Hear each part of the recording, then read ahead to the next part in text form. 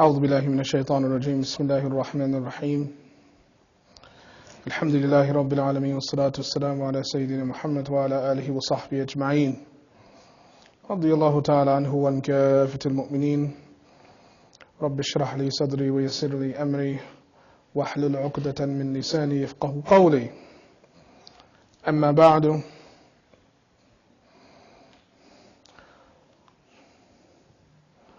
Love, particularly for the sake of Allah subhanahu wa ta'ala, is one of the most magnificent and greatest acts of qurba and ibadah. Let me repeat that again. Love, right, mahabba, but for the sake of Allah, is one of the most afdal, greatest and most virtuous acts of ibadah. It is easy to love yourself. It is not easy to love another person for the sake of Allah. Even when we fall in love, there are selfish reasons there. Right? It's because of the pleasure we receive. But when we see someone in need, or even if we don't see someone in need, but we love for the sake of Allah and we hate for the sake of Allah, what we are trying to do is conform and change our interactions, our human interactions, and reform those and correct those and bring those in line to what is pleasing to Allah subhanahu wa ta'ala. So it's a way of elevating our a'mal. And in reality, as a Muslim, as at the human level, as a Muslim, it is even a greater responsibility, and it is actually an obligation from a point of iman. Yani yajibu ala kulli Muslim. Every single Muslim has to love for the sake of Allah from a point of faith, from a point of iman. It's not one of the arkan of Islam, but it's one of the essential components of kamalul iman, perfection of faith. That we love what Allah loves, and we don't like or we detest what Allah Ta'ala detests. استعيذ بالله واعتصموا بحبل الله جميعا ولا تفرقوا واذكروا نعمة الله عليكم إذ كنتم أعداء فألف بين قلوبكم فأصبحتم بنعمته إخوانا. This desire, this command to hold together, to come together, to be together, is powerful because it's an amr by Allah subhanahu wa ta'ala to stick together as a community.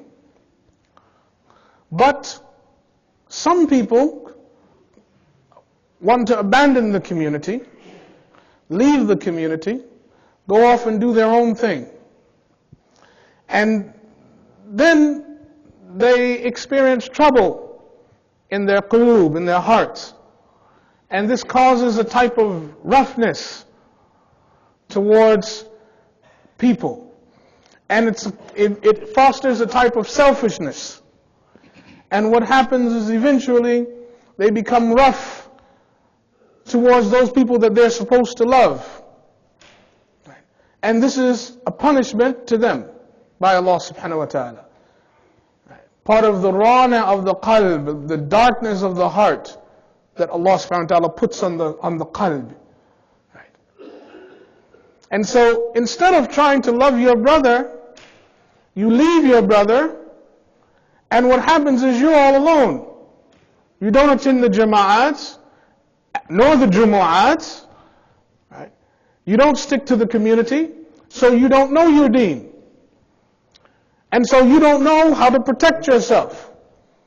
And you forget, and Allah subhanahu wa ta'ala causes you to forget mahabba.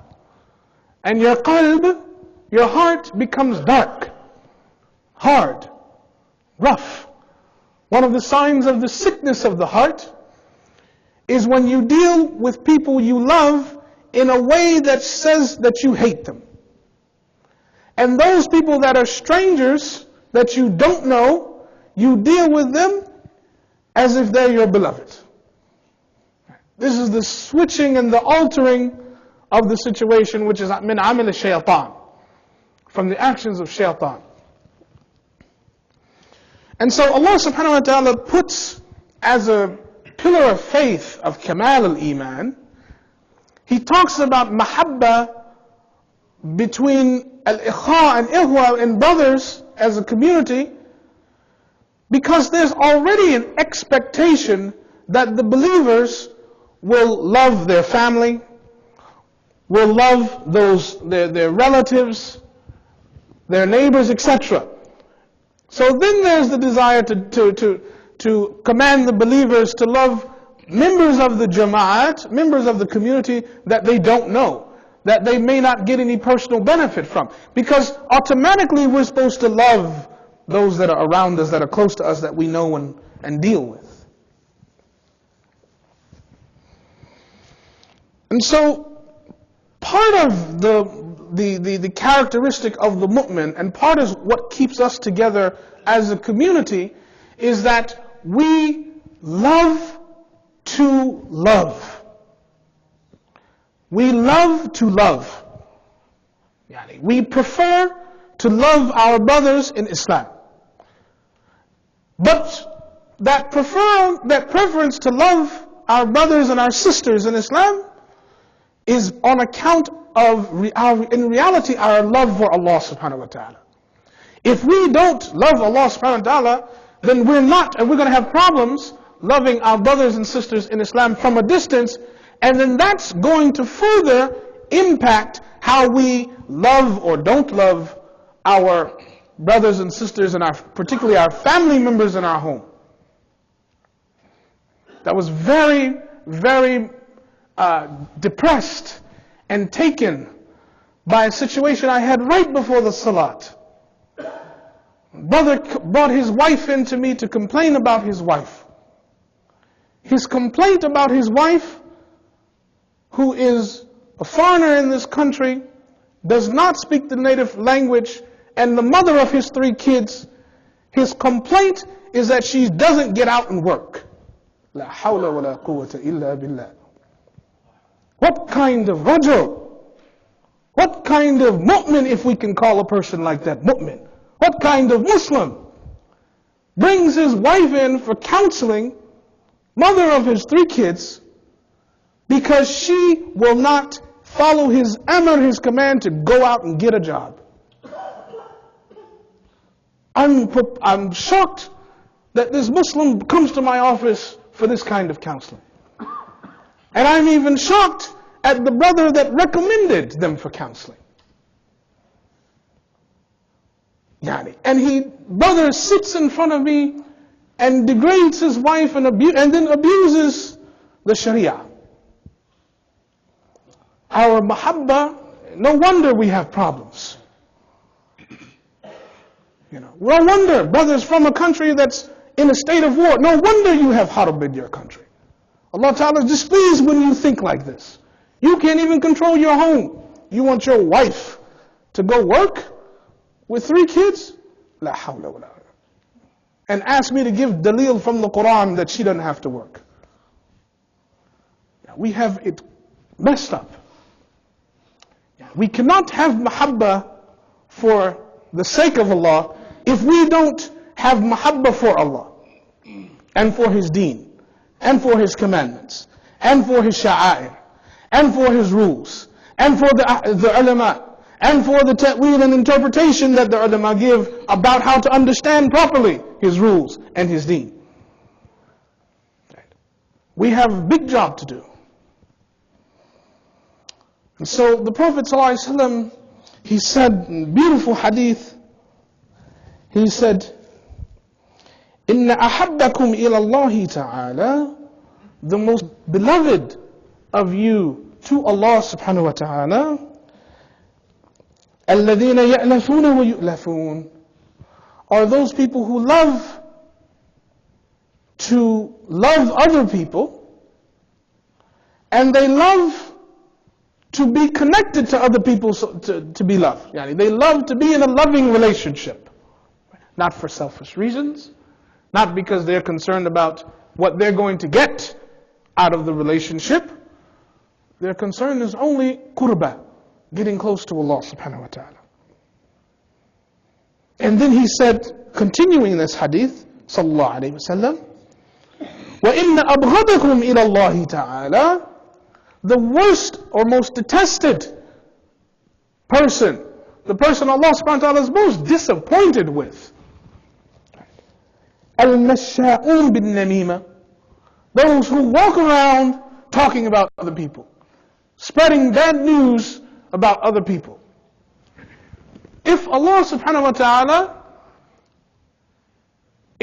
finds the worst person, one of the worst people, somebody who walks around and spreads tales about other people that are strangers, so how would Allah subhanahu wa ta'ala feel about you spreading tales about your family? Al-mufarraquna bayna al-ikhwan, those people who like to be involved in separating, causing divisions between brothers, sisters. Those people who don't sleep at night until they are happy that they've separated a brother from his brother, sister from her sister, brother from his wife, wife from her husband. Then he said, كُونُوا عِبَادَ اللَّهِ إِخْوَانًا كَمَا أَمَرَكُمْ or umirkum. Be, O brothers, O servants of Allah, he said, be brothers like you've commanded, like you've been commanded. This is not anything new.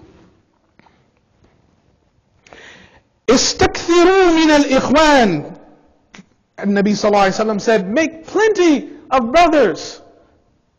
And for the sisters, same order. فَإِنَّ لِكُلِّ مُؤْمِنٍ شَفَاعَةٌ, because every mu'min, not every Muslim, look at the kalimat, not every Muslim, kulli mu'min, the term here, because of their mahabbah, they're interested in boosting their iman. Every believer, kulli mu'min shafa'atun, they have a shafa'ah on Yawm al-Qiyamah. They have an intercession. Every believer will get the chance, not Muslim. Every mu'min will get the opportunity to say, Ya Rabb, I'd like for so-and-so to come to Jannah. Ya Rabb, I remember my brother I was doing business with, and my brother, he knew I needed something, I didn't have to ask and he gave it to me anyway. Ya Rabb, I remember that. Ya Rabb, don't finish his hisab, Ya Rabb, bring him into Jannah. Shafa'ah. Very powerful. You don't know if the brother that you are establishing a relationship with for the cause of Allah, you don't know if that brother will remember you when you need to be remembered. That person that you're upset at, that you want to raise your kids and send them out to work, maybe she will have the chance to give you a shifa and save you, despite your dhulm.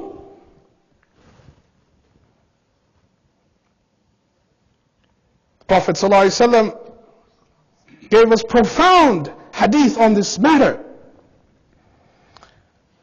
Man ahabbu rajulan lillahi ta'ala, whoever loves somebody else for the sake of Allah.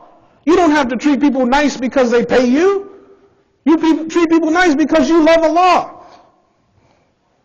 فَقَالَ إِنِّي أُحِبُّكَ لِلَّهِ, and they say, you know what? I love you for the sake of Allah. فَدَخَلَا جَمِيعًا الْجَنَّةِ لَا حَوْلَ وَلَا قُوَّةَ إِلَّا بِاللَّهِ. Both of them enter paradise. فَكَانَ الَّذِي أَحَبَّ أَرْفَعُ مَنْزَلَةً مِنَ الْآخَرِ. You tell your brother, I love you for the sake of Allah. Maybe he doesn't respond. Allah Ta'ala may bring both of you to Jannah. Your disrespectful self that didn't reply, you get to Jannah because your brother said, I love you for the sake of Allah. Look at the qima, the value of that. فَكَانَ الَّذِي أَحَبُّ أَرْفَعُ مَنْزَلَةً. The one who loves more has a higher rank in Jannah. قال النبي صلى الله عليه وسلم حديث حسن إن رجلا ليقول في الجنة, a person will say in Jannah to another person, ما فعل صديقك فلان, what happened to your friend so and so? I used to see you with so and so in the masjid. I used to see you in the car with so and so. I used to see you all the time after Isha with brother so and so. What happened to that person? وَصَدِيقُهُ فِي الْجَحِيمِ, and his friend is in Jahim at that time, being punished in the hellfire. فَيَقُولُ اللَّهُ تَبَارَكَ وَتَعَالَى, Allah subhanahu wa ta'ala will say, اخرجوا له صديقه في الجنة, أي إلى الجنة. Allah subhanahu wa ta'ala will announce, take his friend out of Jannah, out of Jahannam, and put him in Jannah. فَيَقُولُ مَنْ بَقِيَ, and the people that are around that person being tormented and punished, they see the person being saved, being taken out of Jahim. They will say, فَمَا لَنَا مِنْ شَافِعِينَ وَلَا صَدِيقٍ حَمِيمٍ. We wish we had someone to take us out. We wish we had a friend like that person had a friend. Again, the mu'min will have a shafa'ah on Yawm al-Qiyamah. Your believer, your brother, might be the one to get you out of Jahannam. Very powerful. قال النبي صلى الله عليه وسلم إن لله عباد. Allah subhanahu wa ta'ala has certain ibad, certain slaves. يوضع لهم يوم القيامة المنابر. Allah subhanahu wa ta'ala will set up minbars, just like there's the minbar here for Jum'ah. Allah subhanahu wa ta'ala will set up minbars for them. Imagine this scene. Put in your mind, no Hollywood director could design anything like this scene. Allah subhanahu wa ta'ala put minbars around. يَقْعُدُونَ عَلَيْهَا, and these ibad will sit on the manabir, on the minbars. هُمْ قَوْمٌ لِبَاسُهُمْ نُورٌ, their garments will be nur. وَوُجُوهُهُمْ نُورٌ, and their faces will be nur. لَيْسُوا بِأَنْبِيَاء وَلَا شُهَدَاء, they're not prophets, they're not min ash-shuhada, they're not shaheed. يَغْبِطُهُمُ الْأَنْبِيَاء وَالشُّهَدَاء, but the prophets and the shaheed will have ghibta of them, will be envious of them. How did they get there? How did they get that seat? They got a chair in the front row by Allah subhanahu wa ta'ala. People are paying thousands of dollars to get tickets to the Super Bowl. Right? Thousands, average price for the Super Bowl ticket in the nosebleed sections is $3,000. Right? Thousands of dollars they pay for just a seat. Then they got to travel. Then they got hotels. Then they got food. Then they got tourist things. All these. Then they got to pay for parking. How much investment they have for a seat in a 3-hour match? These people here, they are paying also. They pay with mahabba. They're getting a seat as well. But they're not watching the game. They're watching everyone else, which is not a game. فَقَالُوا مَنْ هُمْ? People will say, who are these people? Who are they? Ya Rasulullah, they'll be talking to the Messenger sallallahu alaihi wasallam. Ya Rasulullah, man hum? Abu Bakr as-Siddiq asking, man hum? Sayyidina Umar, Ya Rasulullah, man hum? Imam Shafi, Abu Hanifa, Ya Rasulullah, man hum? Who are they? فقال المتحابون في الله. The Prophet sallallahu alaihi wasallam will say, those are the people. Those people there, they weren't the ones who sat in the front row at the Super Bowl. They weren't the ones, right, who competed to get the best real estate property. Right. They weren't the ones who invested in the stock market. Those are the ones who did simple amal. They loved somebody else for the sake of Allah. Al-mutazawaruna fillah. They visited each other for the sake of Allah. Al-mutabadhilina fi, and they spent, right? They spent in the cause of Allah. Khalli balikum, be forewarned, be aware, they spent in the path of Allah. We have fundraisers all around us. Plano Masjid has big fundraiser coming up. March 1st, we have a fundraiser coming up. Other masajid have fundraiser coming up. All these opportunities, you think you're giving away money, you're earning that seat, that minbar. Come to the masjid, you look at minbar, he says, nice minbar. I don't want that one. I want different minbar. My minbar, I don't want it made from some company. I want Allah subhanahu wa ta'ala to put up my minbar. Simple thing. Inna fil jannah, the Prophet ﷺ goes on, Inna fil jannah ghurafan. Ghuraf. There's these special rooms in Jannah. Actually, ghuraf here doesn't mean like room, like in the hotel sense. Right? These are like big areas, like this size, if not bigger, because we're talking about Jannah, and we know what's in Jannah is something that no eye has seen and no ear has heard of. So for me to even try to describe what this ghurfa is a mistake. But we know what it's not like. It's not like if you say you get a room in a hotel, not like a suite. In Jannah there are these rooms, special suites. يُرَى ظَاهِرُهَا مِنْ بَاطِنُهَا. The outside of it, from the outside you can look in. And from the inside, the outside can be seen. وَبَاطِنُهَا مِنْ ظَاهِرُهَا. أَعَدَّهَا اللَّهُ لِلْمُتَحَابِينَ الْمُتَزَاوِرِينَ وَالْمُتَبَادِلِينَ فِيهِ.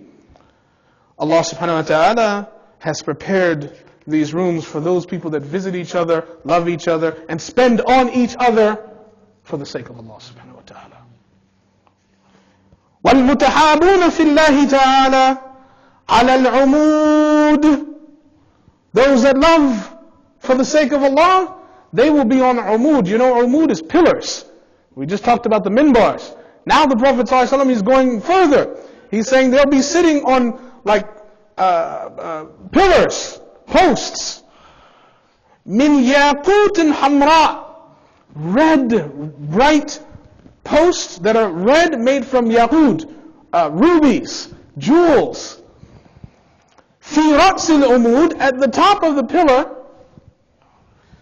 70,000 ghurfa. 70,000 rooms. What kind of house can you build that is somewhere near to that? Not only does it have 70,000 rooms, it's at the top. I went to Hajj one year, saw on Mina, over Mina, there's a helicopter pad. Right? I asked the brother from my friend from Medina, I said, what's that? He said, oh yeah, these are from the wealthy, the Ahl al-Ghani, the wealthy people. They take their helicopter and they go to Mina and they go stone. From there and they take the helicopter back to their special suites on top of the mountain. Everybody else is on tents. And I'm not like upset at people from Dubai and Abu Dhabi who can buy suites on the top of the mountain. But the point is, Ahl al-Mina, on the ground, when you're on the ground, you're sleeping on the ground and you get to look up and you see these special suites, right, that are above you. And you do start to think, who's up there? Right? So from a worldly, dunyawi perspective, you look at people living high up on the top and you say, subhanallah, interesting. Right? Even in ibadah, we have to have this type of disparity. La hawla wa la quwwata illa billah. But in Jannah, you can get to that level, and it doesn't matter if you don't have PhD. Doesn't matter if you didn't do any business or investment. Doesn't matter. You could be the poorest person in the street and have the highest daraja in Jannah. Right? 70,000 rooms. يَشْرَفُونَ عَلَى أَهْلِ الْجَنَّةِ. They will have a noble sharaf rank above people of Jannah. يُضِيعُ حُسْنُهُمْ لِأَهْلِ الْجَنَّةِ كَمَا تُضِيعُ الشَّمْسِ لِأَهْلِ الدُّنْيَا. Yani their beauty will be shown to the people of Jannah. It will radiate like a sun. Right? It will radiate to people of Jannah like the sun radiates light to people of dunya. فَيَقُولُونَ أَهْلِ الْجَنَّةِ. And أَهْلِ الْجَنَّةِ, people of Jannah will say, انطلقوا, let's go out. Not for a picnic, not to play basketball, right? Not for not for lunch, not to a restaurant. Let's go out. انطلقوا بنا, come on out together. ننظر إلى المتحابين في الله. Let's not go to the movies. Let's not go to the Super Bowl. Let's go look at the lovers of Allah. Let's go observe those that loved each other for the sake of Allah. Right? That's the arena. That's the theater. That's the showcase. That's the big show. That's the big event. Right? That's not let's go see so-and-so who's speaking. Let's go see so-and-so who loved each other for the sake of Allah. Can we imagine this? I'm not making this up. Rawah al-Hakim al-Tirmidhi, hadithun hazan. We have lost, some of us lost love. I was very depressed at what happened tonight. I've never seen a Muslim man destroy his wife like that in public, in the masjid. Wallahi, I wanted to take him and just toss him out. We have big issues that we have to deal with. We don't have love in our homes, it means we don't have love in our hearts. If we don't have love in our hearts, then how can we come together as Jamaat and community? We have to think about these things. Something so simple has so beautiful ramifications, both in the dunya and in the akhirah. We have to spread this news. We have to spread this information like it's a virus. And sometimes we spread with just love. The Prophet ﷺ used to say, "Afshahu salam." Just spread salam to people. Salamu alaikum. Right? Spread salam. Prophet ﷺ said, when you do masahaf with your brother, when you shake hands with your brother, as long as your hands are together, your sins are forgiven. Imagine that. As one brother I told that hadith to, he shook my hand and he just held my hand. I said, "Akhi, you finished?" He said, "No, I want my sins just to keep coming off my hands." I said, "Barakallahu feek. Maybe they're gone. Maybe I need to keep shaking your hands, you know." Simple things like this, we forget. May Allah subhanahu wa ta'ala remind us, soften our hearts to our families, our brothers, and our neighbors, and our co-workers, and those that are Muslim, those that are not Muslim. May Allah subhanahu wa ta'ala include us amongst these people, amongst the mutahabina fillah. Forgive us of our shortcomings and guide us before there is no more time for us to accept the guidance. Bi rahmatika ya arhamar rahimin.